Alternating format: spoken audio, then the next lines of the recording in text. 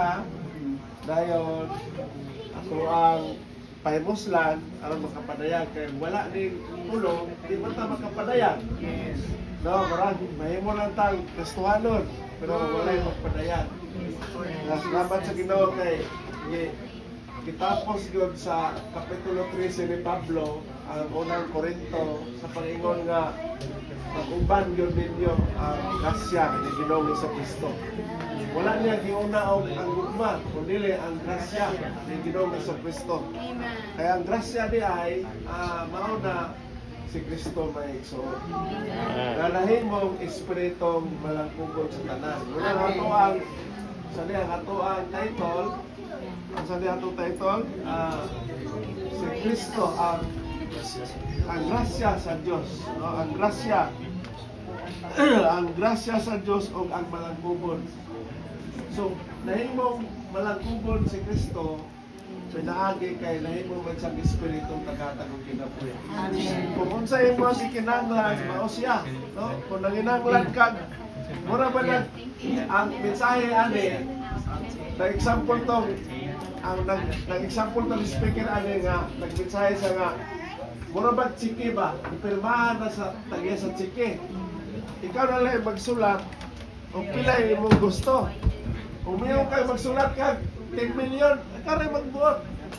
Siya mo ay malangkugon sa tanan. Ikaw rin magbuot kung yung saan mo si Kristo pagpahimulos. Amen.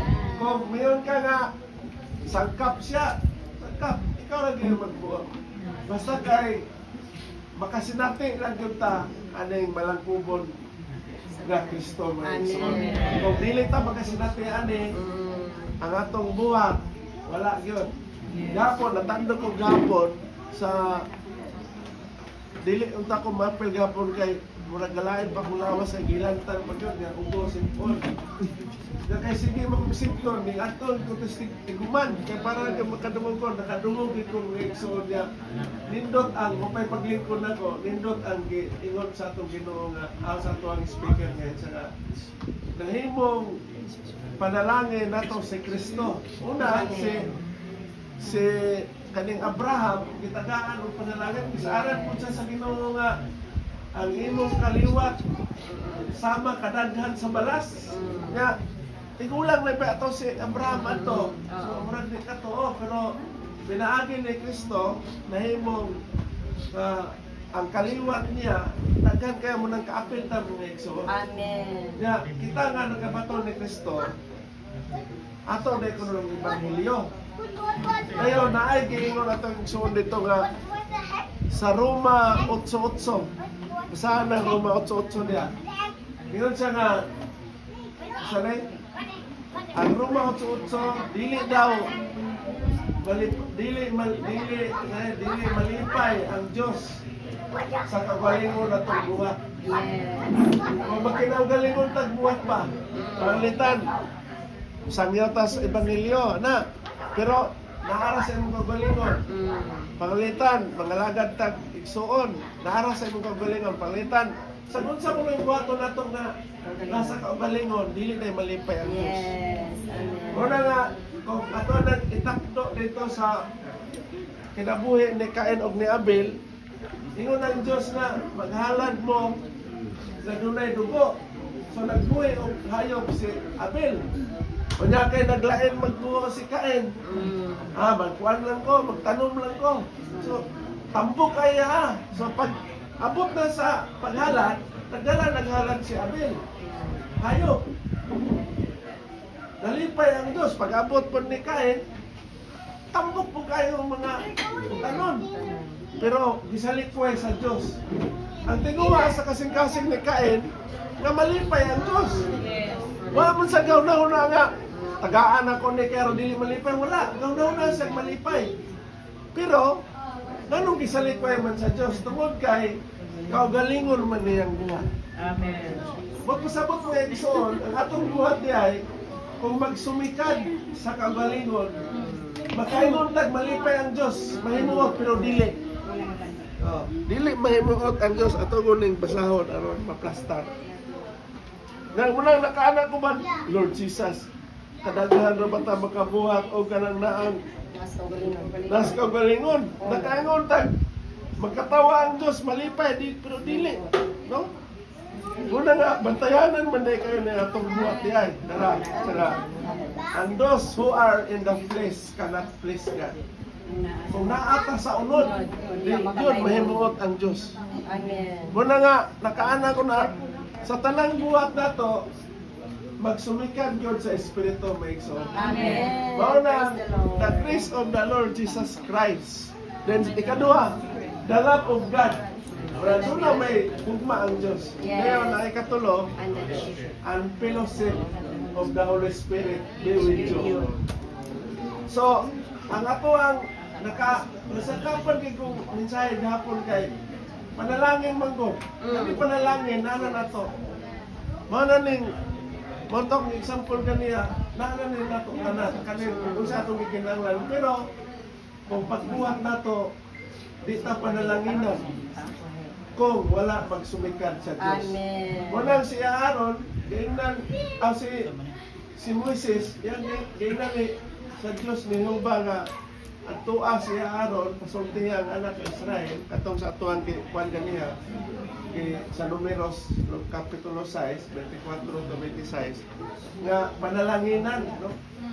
Nga lift up, nga ang iyang nawang continence, kanang kanang presence, kinanglan na ay presensya sa Diyos ang atong pagbuhat may igsoon. Kung wala'y presensya, kawang, no? Dili malipay ang Diyos. Muna nga, naka-anak ko ba nga, ang bisan gani ka na ang kaning ato ang kaning gospel ba? Muna nga, usahay, malain ako ang sulod anang tawagan ko diretso. Kanang naang inyo ang kuan ron, schedule. Kanang ba? Ano wala man lagi pahibalogaan sa kuan pa kay mag-ampo, magbasa pa man unta. Mangandam pa. Mahimo tag pastor ana. Dayon kay dili makabuhat kay daghan mangunta kay balobran. Pwede isa pag ingon na intag sige pag-aspoy. Sige. Kay kamao naman ta. Pero dili manggod. Bisan pag daghan kag kamauhan. Kung mauna imo ang ikuan. Example gapon sa speaker sa katong igsuon natong kaniya nagprophesy sa nga daghanang mga igsuon nga nag-gospel, nag-ebanghelyo. Pero nalabyan lagi kag pitio. Nabautismuhan. Ano? Katong nag-ebanghelyo, maayo man kayo mga verses. Sa tubad, kapitulo, bersikulo. Sa pagbali-balihon, pero di man makadawat. Ano? Nagsumikad mas kagalingon. Muna ang punto ng igsoon, ang atong buhat, nagsumikad yun sa Ginoo. Wala, ang iman na to, sa ngayon na, musinati. Mupahimulos. O mupadaya, magpadaya. So kaning tulo, mag-uban gini. Amen. Kaya ngayon sa atong igsoon ganiya, isa na, magpahimulos ta. Pero kaya wa mo po'y pagpadayag. Naunsa, wala. Pundan ko sa tubat. Wala. Ha? Lamo. Munang, kung magpahimulos ta, kaya normal tag, balo-balo mo pa'y pagbasa. Basa o MR. Wala natunog. Diba? Wala natunog. Munang, kan bigay ni, kanang, o ganda bitaw kayo ni, sana palaluman ba? Palaluman ng tulo ba? Tulo. Kani, hindi nyo na tanong kayo ng Exxon. Kung palaluman kayo na to ni, ano ni ang title, makurik yun ta kung palaluman na to ni. Yes. Kaya no? Now, una, makurik yun ta kay, di man yun ta makapadayag kung di ta makapahimulos. Yes. Di po tayo makapahimulos kung di tayo makasinati. Pero lagi, di po tayo makapadayag kung wala po tayo pagpahimulos. Kung Kinalanaan ang tulog. naaning tulo.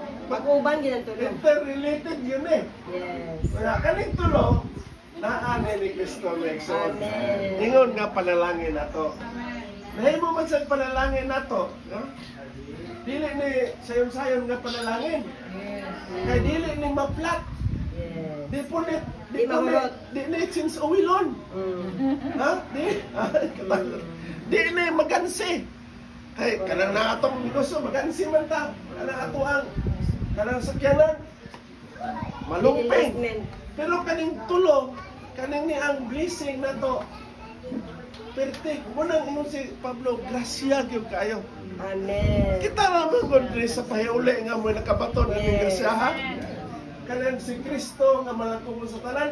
Pero sa lain sa mga leone, mingon ba gigrasyahan ko kay nakabaton ko kanang kuan. Balay nga rin. Oh. Kanang Rajon, pwede o kanang ako ka inviteon kay nagrasyahan mo gud may naka Blessing ni Juan. ano pa. Pag-blessing me. Ano bang material ang ila. Pero nga to di labaw pa nis material. Pero o galing lang lagi kung sa ganito, kinahanglan ato ang balik-balikon pinapanin mo yung kay ano. Ako mo ganing napahimuslan. Balik-balikon ginako, kinahanglan lagi nga atong sination. Kaya kung mabasa taong Biblia, sakto. Wala problema. Aron doon na tayo doktrina. Pero kanang doktrina kanang pulo, kanang mo doktrina, dili lang na kanang na yung doktrina nimo. Kinahanglan ato nang pauswag. Amen. Kaya mo siyang kinabuhi. Atong ikinabuhi. So kung kanang makinabuhinan nimo, doon na pagpadayag. Yes. Munang sa mga Kristohanon, di yun ta maningkamot o ato-ato, kung dili magsalig yun ta aning panalangin nga ato ang Amen. dili ka ta magnaunag. Kinahanglan gid ko magpadayag gid ko kanang kuan, maayong dili. Kung dili, si Kristo ay kunig. Maigsoon. Salamat sa Ginoo. Ang muratag si Pablo, no? Ang grasya ng Ginoong Kristo, ang gugma sa Dios, ug ang pag-iambit tayo sa Espiritu Santo, manaan natong tanan maigsoon. Amen. Salamat sa Ginoo. Amen.